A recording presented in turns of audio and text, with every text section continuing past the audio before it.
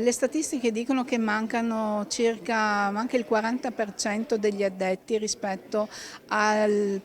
periodo pre-Covid, perché anche l'anno scorso abbiamo toccato con mano questa cosa. Sulla costa veneta manca quasi la metà di lavoratori del turismo rispetto al periodo pre-Covid, una carenza che si era già manifestata l'estate scorsa e che quest'anno è addirittura peggiorata, tanto da potersi ormai definire un problema strutturale del comparto.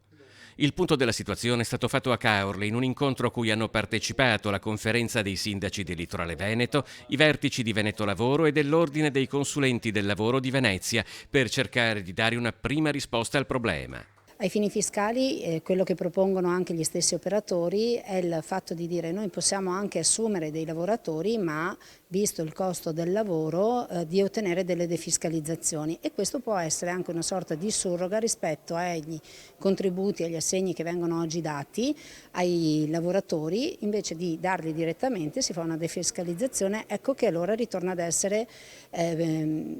più appetibile anche per il datore di lavoro assumere anche per un periodo più lungo della stagione il lavoratore. Non è facile dare risposte ad un fenomeno complesso che ha cause molteplici. Alla scarsa attrattività di un mestiere compresso in un periodo di tempo limitato si è infatti aggiunta la chiusura di molte attività durante il periodo del Covid, che ha costretto diversi operatori a cambiare lavoro e settore, incontrando magari una forma di occupazione più stabile. Ci vuole assolutamente nuova modalità anche per i lavoratori stagionali, perché con una stagionalità sola le famiglie non vivono, quindi i lavoratori stagionali bisogna che siano considerati come